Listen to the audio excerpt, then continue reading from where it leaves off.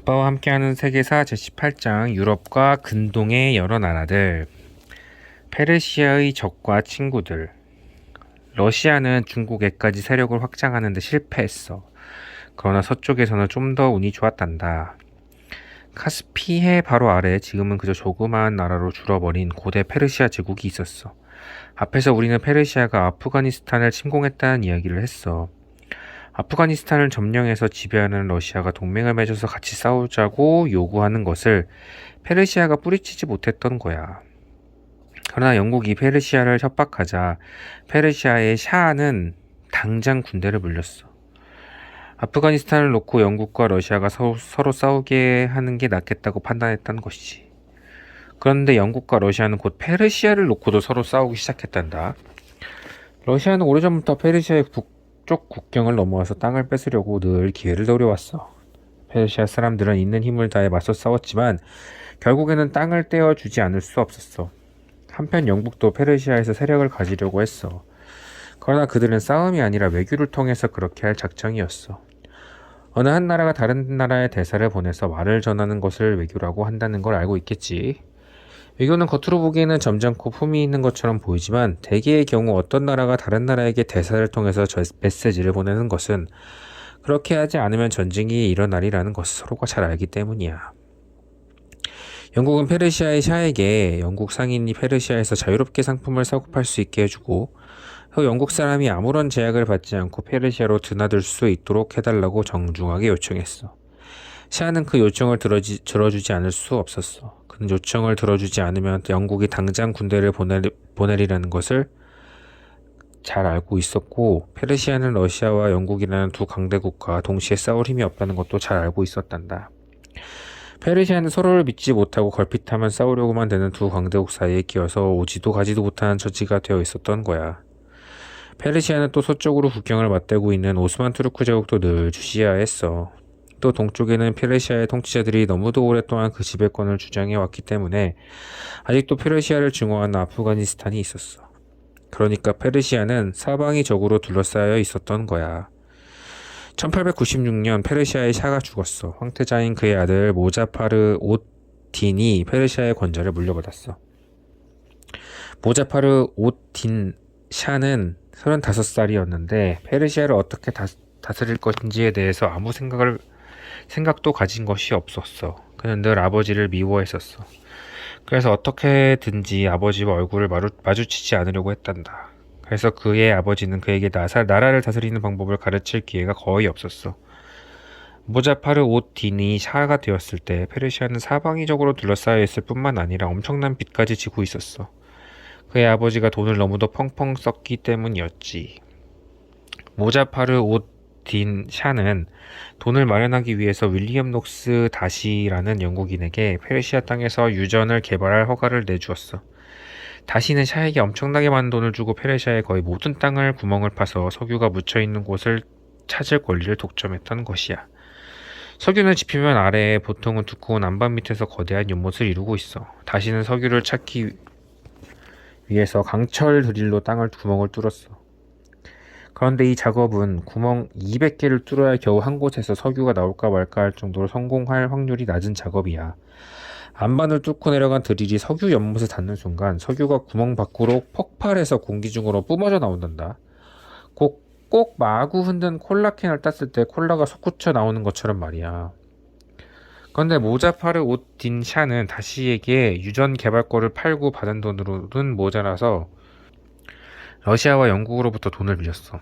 그러나 그는 빌린 돈을 현명하게 쓰지 않았단다. 3번이나 유럽을 여행하면서 돈을 물쓰듯 펑펑 썼고 궁전을 장식하고 거창한 잔치를 벌이고 최고로 비싼 옷과 보석을 다른데 다 써버렸어. 페르시아는 빚의 수렁에 더욱 깊이 빠져들어갔어. 페르시아 사람들이 들고 일어났어. 페르시아 사람들도 여느 나라 사람들과 마찬가지로 헌법을 요구했어. 헌법이 있으면 샤가 모든 것을 자기 마음대로 할 수 없을 것이고 국민의 승인을 받지 않고서는 외국으로부터 돈을 빌리지도 못할 것이고 빌린 돈을 펑펑 낭비하지도 못할 것이기 때문이었어. 페르시아의 수도인 테헤란에서는 사람들이 샤가 권좌에서 물러날 것을 요구하고 총을 들고 일어서는 어느 사원을 본부로 삼았어. 그런데 페르시아의 전통상 아무리 막강한 권력을 가진 샤라 할지라도 사원으로 피신한 사람들을 군대를 보내서 체포할 수는 없었어. 사원이 종교적인 건물이기 때문이었어. 노동자들의 파업이 줄을 이었고 테헤란은 혼란의 도가니가 되었어. 1906년 12월에 샤는 마침내 국민의 요구에 굴복할 수밖에 없다는 것을 깨달았어. 샤는 헌법을 정하고 의회를 구성하기로 약속했어. 영국과 미국의 의회처럼 페르시아도 국가 평의회라 불리는 의회가 나라를 다스리게 되었어. 헌법과 의회는 샤의 권력을 크게 제한했단다. 모자파르 옷딘 샤는 얼마 전부터 건강이 몹시 좋지 않았는데 나라가 갑자기 크게 바뀌어버리자 너무도 열을 받았는지 심장 발작을 일으켜서 금방 덜컥 죽어버렸어. 모자파르 옷딘 샤가 죽자 러시아와 영국은 페르시아에 대한 권리를 더욱 강하게 주장했어. 영국은 페르시아만의 해안 지역에 대한 권리를 주장했어. 러시아는 북부의 국경 지역을 자기들의 보호하겠다고 선언하고 또 카스피의 페르시아 항구에 배를 보내기를 원했어. 러시아는 일본과의 싸움에서 져서 달해낭을 잃었고 태평양으로 통하는 단 하나뿐인 항구는 겨울이 되면 꽁꽁 얼어붙으니까 그럴만도 했지. 페르시아의 그 다음 차는 무하마드 알리였는데 그는 페르시아 땅을 놓고 싸우는 두 제국을 물리치기 위한 방법을 모색해야 했어. 그런데 안타깝게도 그에게는 예전의 샤들만한 권력이 있지는 않았어. 페르시아는 러시아와 영국에게 너무도 큰 빚을 지고 있었기 때문에 페르시아 화폐를 찍어서 발행하는 권리마저도 영국과 러시아의 은행들에게 넘어가 있었단다. 그런데 무하마드 알리 샤는 화폐마저도 외국에서 들여와야 하는 지경인데도 아무것도 하지 못한 채 보고만 있어야 하는 것은 순전히 의회 때문이라고 생각했어. 그는 의회를 없애버려야겠다고 결심했단다. 무하마드 알리 샤는 나라를 강력하게 통치하려면 외국인들을 다루는 데 도움이 될 거라고 생각했어. 그래서 그는 1908년에 페르시아 카자크 여단이라는 이름의 그의 개인 경호 부대를 시켜서 의회를 해산해버렸단다. 그는 독재를 하고 싶었던 거야. 페르시아의 국민들은 샤의 그런 행동에 너무도 화가 나서 그를 건조해서 끌어내려버렸어. 무하마드 알리샤는 러시아로 달아났단다. 무하마드 알리샤는 이제 겨우 11살인 아들 아흐마드를 남겨놓고 도망갔어. 아흐마드가 아버지의 뒤를 이어 샤가 되었지만 나이가 너무도 어렸기 때문에 다른 사람이 섭정을 맡았어. 그리고 무하마드 알리샤가 러시아로 도망간 직후 다시 구성된 의회도 이에 참여했지. 무하마드 알리샤가 러시아로 도망가고 있을 무렵에 윌리엄 록스 다시는 마침내 석유를 발견했단다. 페르시아 남서부의 어느 곳에 엄청나게 많은 양의 석유가 매장되어 있었어. 그는 석유를 발견하자마자 석유 회사를 영국 정부에게 팔아버리고 사업에서 완전히 손을 떼버렸단다. 이제는 영국 정부가 페르시아 땅에서 석유를 퍼올릴 공식적인 권리를 가진 회사를 가지게 되었어. 영국 페르시아 석유회사 라는 이름의 그 회사는 페르시아에서 퍼올린 석유를 영국으로 부지런히 실어 날랐어. 영국에게 석유가 왜 그다지도 중요했을까? 영국 해군은 두 종류의 배를 가지고 있었어. 한 종류는 석탄을 태워서 엔진을 가동하는 배이고 다른 하나는 석유를 태워서 엔진을 가동하는 배야. 석탄을 사용하는 배는 많은 선원이 필요해. 석탄을 삽으로 떠서 아궁이에 넣는데 일손이 여간 많이 들지 않기 때문이야. 그러니까 전투가 벌어졌을 경우엔 그만큼 전투 병력이 줄어드는 것이지. 반면에 석유를 사용하는 배는 엔진을 가동하는데 고작 몇 사람이면 충분해. 그래서 벽사들이 거의 전부 전투에 투입될 수 있고 또 배의 속도도 훨씬 빠르고 연료를 다시 채우는 데까지도 시간이 석탄보다는 훨씬 길어. 영국의 배들은 거의 석탄을 연료를 사용하고 있었어. 그런데 독일이 석유를 연료로 사용하는 배를 개발하고 있다는 사실을 알았을 때 영국 정부는 몹시 불안해졌어. 머지않아서 독일 해군이 영국 해군보다 훨씬 강해지고 훨씬 빨라질 게 뻔한 노릇이었지. 그래서 영국도 석유를 사용하는 배를 가져야만 했던 거야. 당시 영국의 정치가 윈스턴 처칠이 영국이 석유를 연료로 사용하는 배를 만든다면 석유를 대량으로 확보할 방법을 찾아야 한다는 걸 잘 알고 있었어. 영국은 그 어느 나라만큼 석탄은 많이 나오는 나라지만 석유는 없었어. 처치는 이렇게 말했어. 우리는 전쟁 때나 평화로울 때나 먼 외국에서 배로 석유를 실어 와야만 한다. 그래서 영국은 땅속에 석유가 많이 묻혀있는 나라를 손에 넣을 필요가 절실했던 거야. 그러던 차에 페르시아의 석유가 발견되었어. 동양에서 러시아의 세력이 강해지는 것을 막기 위해서 페르시아로 세력을 넓히려 했던 영국으로서는 이제야말로 반드시 페르시아를 장악해야 할 확실한 이유가 생긴 것이야. 한편 페르시아 의회는 영국도 러시아도 아닌 또 다른 나라의 도움을 받아야 할 때가 되었다고 결정했어. 그래서 미국의 윌리엄 테프트 대통령에게 사절을 보내서 영국과 러시아에게 진 빚을 갚아야겠으니 돈을 좀 빌려달라고 부탁했어. 그러자 미국 대통령은 은행가들을 페르시아로 보내서 돈을 안심하고 빌려줄 만한지를 알아보게 했단다. 미국의 은행들이 페르시아로 들어오자 영국은 기분이 몹시 언짢았어. 그러나 러시아는 기분이 언짢은 정도가 아니라 아주 격분했단다. 러시아는 페르시아 의회에 전가를 보내서 미국 놈들을 당장 돌려보내라 라고 말했어. 페르시아 의회는 그 말을 들은 척도 하지 않았어. 그러자 러시아 군대가 국경을 넘어와서 수도인 테헤란으로 진격했어. 러시아의 군대가 가까이 오자 미국인 은행가들은 황급히 돌아가 버렸어. 페르시아 의회가 해산되고 의원들은 수도를 버리고 달아났어. 그리고 이제는 나이 어린 샤가 페르시아를 혼자서 다스리게 되었어. 물론 러시아의 차르의 감독을 받았지. 페르시아는 그 후 10년 동안 러시아의 지배를 받게 돼. 그러나 러시아는 영국 페르시아 석유회사가 계속 석유를 캐서 본국으로 실어보내는 것을 허락했어. 이 영국 페르시아 석유회사는 나중에 브리티시 페트롤리움으로 이름을 바꾸고 세계 최고의 석유 회사들 중 하나가 된단다. 발칸 반도의 분쟁. 지도를 펴고 지중해 일대를 들여다보면 바다로 길게 장화처럼 뻗어내는 이탈리아가 눈에 띌 거야. 이탈리아의 동쪽으로 좁은 바다를 건너면 지중해로 튀어나온 또 하나의 반도가 있어. 그 반도에는 여러 개의 강이 있고 내포가 있고 앞바다에는 작은 섬들이 점점이 흩어져 있어. 너는 이미 이 책 시리즈의 고대편을 보았으니까 그 반도의 남쪽 끝에 있는 나라가 그리스라는 것을 잘 알 거야. 그렇지만 그 반도 전체가 그리스는 아니야. 그 반도의 이름은 발칸이야. 그리스 북쪽에서 여러 개의 작은 나라들이 모여 있는데 이 나라들을 발칸 제국이라고 해. 1878년에 발칸 반도의 대부분은 오스만 투르크의 제국의 영토였단다. 다시 지도를 들여다보면 그리스 바로 위에 있는 마케도니아가 보일 거야. 알렉산드로스 대왕의 고향이 바로 이 나라에 있어. 오스만 투르크 사람들은 마케도니아도 자기네 영토라고 주장했단다. 마케도니아의 위쪽이면 반도의 서쪽에 알바니아가 있고 바로 그 위에는 몬테네그로라는 아주 작은 나라가 있어. 몬테네그로는 오래전부터 오스트리아 제국이나 오스만 투르크 제국이나 유럽과 동양의 그 어떤 강력한 나라로부터도 독립을 시켜왔단다. 알바니아와 몬테네그로의 또 오른쪽에 있으며 반도의 한가운 지점에 있는 나라가 세르비아야. 이 나라도 오스만 투르크 제국의 지배를 받았어. 세르비아의 동쪽이며 반도의 꼭대기 너머에서 에게해에 거의 닿을 것 같은 나라가 불가리아야. 그리고 반도 북쪽 아드리아해의 해안 지역에 두 개의 작은 나라가 있어. 보스니아와 크로아티아인데 크로아티아는 몇 년 전부터 오스트리아 제국의 동부 지방으로 편입되었어. 보스니아는 오스만 투르크 제국에 속해 있었어. 불가리아의 바로 위에 있으면 러시아 국경 바로 아래에 있는 루마니아도 오스만 투르크 제국의 지배를 받았단다. 뭐라고? 너무 복잡해서 머리가 어지럽다고?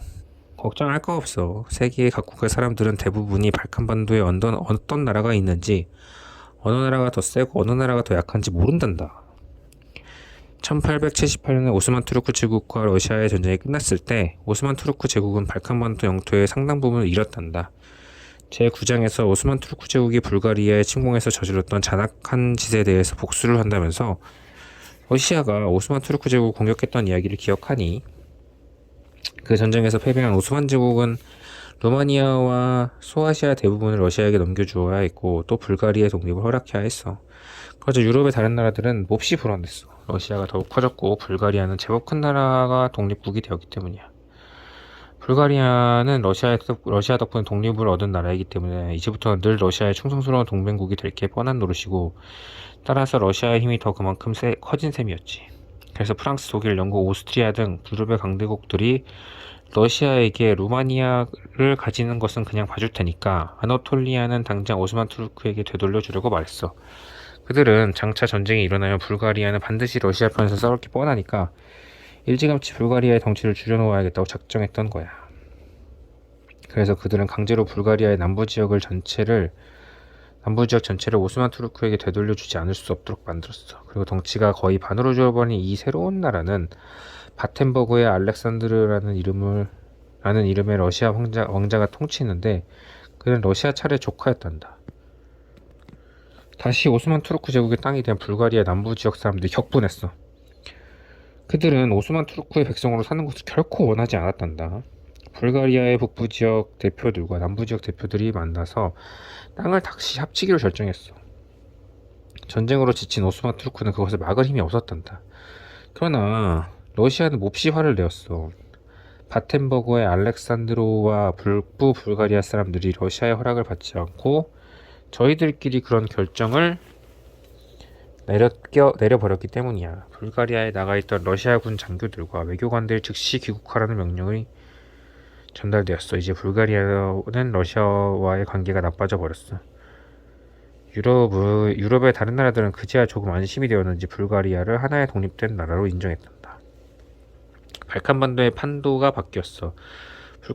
불가리아는 독립국이 되었고 더 이상 러시아의 동맹국이 아니었어. 오스만 투르크 제국은 여전히 아나톨리아를 장악하고 있었고 몬테네그로는 아직도 자유국으로 남아있고 오스만 투르크의 영토였던 세르비아도 오스만 투르크의 지배에서 벗어났어. 오스트리아는 보스니아를 차지했고 오스만 투르크는 마케도니아와 알바니아를 간신히 지켰어. 그 후 몇 년 후에 마케도니아가 오스만 투르크의 지배에서 벗어나려는 시도를 했어. 오스만 투르크의 압제를 떨어버리려고 들고 일어난 마케도니아 사람들이 1903년 8월 2일에 크루세보시에 모여서 독립을 선언했어. 이 사건을 성엘리아 날의 봉기라고 한단다. 오스만 투르크 제국은 불가리아의 반란에서 아무 교훈을 얻지 못했던 게 틀림없어. 전에 불가리아에서 반란이 일어났을 때 오스만 투르크 군대가 쳐들어가서 수천 명을 죽였는데 그게 바로 나중에 참혹한 대가를 치른 전쟁을 자초한 것이었던 거야. 오스만 투르크는 그 일을 그새 잊었는지 이번에도 똑같은 짓을 저질렀어. 술탄 아부딜 하미르 2세의 명령을 받은 군대가 마케도니아를 쳐들어가서 사람들을 마구 죽였던 거야. 이 잔인한 짓을 보고 수많은 오스만 투르크인들이 역겨워했어. 그리고 청년 투르크단에게 드디어 술탄을 제거할 기회가 왔어. 청년 투르크단이 아부딜 하미르를 제거하려고 반란을 일으켰던 것을 기억하고 있겠지. 당시 그들은 실패했고 외국으로 도망가서 주네브나 파리에서 다시 모였어. 그들은 망명지에서 조국을 구할 계획을 세우고 기회를 노리고 있었어. 이제 아부딜 하미르 2세는 국민들뿐만 아니라 군대의 믿음과 인기마저도 잃어가고 있었어. 청년 투르크당은 군대를 설득해서 자기들 편으로 끌어들인 다음에 아부딜 하미르에게 헌법을 제정하라고 요구했어. 아부딜 하미르는 바로 자신의 군대마저도 청년 투르크당의 편이 되어 있는 것을 보자 요구를 들어주지 않을 수 없었어. 그는 의회도 다시 구성해야 했단다. 그리고 나서 그는 외국으로 달아났어. 권력을 장악한 청년 투르크당은 오스만 투르크 제국의 선언이라는 것을 발표했어. 그들은 이제부터 정부는 국가의 의지에 지배에 복종할 것을 선언했어. 다시 말하면 정부는 모든 것을 국민이 원하는 대로 하겠다는 것이었어. 20세 이상의 모든 오스만 투르크 국민은 투표권을 가지고 기독교이건 이슬람교도이건 모든 오스만 투르크 국민은 누구나 똑같은 권리를 가지게 되었어. 청년 투르크당은 훨씬 더 원대한 계획들을 가지고 있었어. 그들은 이제부터 늘 제국 정부의 일부였던 이슬람법을 없애고 특정 종교에 바탕을 두지 않는 세속적인 법을 만들려고 했어. 또 그들은 유럽의 여러 나라로 사람을 보내서 농장과 공장을 더 현대적으로 바꾸기 위한 방법을 배우게 했고 제국의 모든 사람들이 투르크어를 사용하도록 만들려고 했어. 그들은 이 새로운 오스만 국가에서 기독교이건 이슬람교도이건 누구나가 똑같은 법을 따르고 똑같은 언어를 사용하고 똑같은 정부를 섬기기를 희망했단다. 그러나 그게 잘 되지 않았어. 대다수의 국민이 기독교도인 마케도니아와 알바니아는 오스만 투르크 제국의 일부가 되는 것을 아직도 원하지 않았어. 이제는 오스만 투르크 제국이 아니라 기독교도와 이슬람교도가 똑같은 대접을 받는 오스만 국가가 되었다고 아무런 설득을 해도 소용이 없었어. 청년 투르크당은 그들의 정부가 국민이 바라는 바에 충실하게 귀를 기울일 것이라고 주장해왔지만 이제는 그 귀를 막아버렸어. 청년 투르크당은 오스만 국가를 지키기 위해서라면 언제라도 군대를 보내겠다는 쪽으로 태도를 바뀌어버린 것이야. 발칸반도를 보호하니까 청년 투르크당도 예전의 술탄과 다를 바가 없었어. 청년 투르크당도 발칸반도의 나라들이 제국에서 빠져나간 것을 원하지 않았던 것이었지. 그래서 청년 투르크당이 정권을 잡은 지 불과 4년 만에 발칸반도의 나라들은 독립을 위해 싸우기 시작했어. 세르비아와 불가리아와 그리스와 몬테네그로가 연합해서 러시아 정부의 도움을 받아서 마케도니아와 알바니아를 오스만 투르크의 지배에서 해방시키려고 했어. 그는 오스만 투르크군과 맞서기 위해서 75만 명의 병사를 모았단다. 전쟁이 터졌어. 1912년에 일어난 이 전쟁을 제1차 발칸 전쟁이라고 해. 허약하고 질이 멸렬한 오스만 군대는 불과 2달이 안 돼서 발칸반도의 땅을 내주는 수밖에 없다는 것을 깨달아야 했어. 알바니아가 마침내 독립했어. 독일의 훌륭한 가문 출신의 왕자가 알바니아 정부의 우두머리가 되었고 유럽의 여러 나라들은 알바니아를 자유국가로 인정했단다. 그러나 마케도니아는 영영 자유를 얻지 못했어. 세르비아와 불가리아와 그리스 사이에서 제2차 발칸 전쟁이 터졌어. 새로 동맹국으로서 오스만 투르크와 싸웠던 이 세 나라는 마케도니아를 나누어 가지는 방법을 두고 다투기 시작했어. 1913년 불가리아는 다른 두 나라보다 마케도니아 땅을 더 많이 차지하려고 바로 얼마 전까지만 해도 동맹국이었던 나라들을 공격했어. 그러나 실패했어. 세르비아와 그리스가 마케도니아 땅을 거의 전부 나누어 가졌고 불가리아는 고작 한 귀퉁이만을 조금 차지했단다. 이제 발칸반도의 모든 나라들이 오스만 투르크에서 벗어났어. 그러나 그들은 서로 앙숙이 되었어. 불가리아는 세력을 더 넓히기 위해서 오스트리아의 동맹을 맺기 시작했고 마케도니아를 나누어 가지는 문제로 불가리아와 다투다가 급기야는 공격을 당했던 세르비아는 불가리아와 불가리아의 새 친구인 오스트리아에 대한 원한을 나날이 키워갔어. 세르비아가 불가리아와 오스트리아를 얼마나 증오하는지는 1914년 6월 28일에 한 청년이 숨김없이 보여주게 돼. 그는 오스트리아 왕의 계승자를 암살한단다. 그거에서 또다시 전쟁이 터지게 되는데 이 전쟁은 제3차 발칸 전쟁이라고 불리고 말 정도의 작은 전쟁이 아니었어. 그 전쟁은 최초의 세계대전이 된단다. 끝.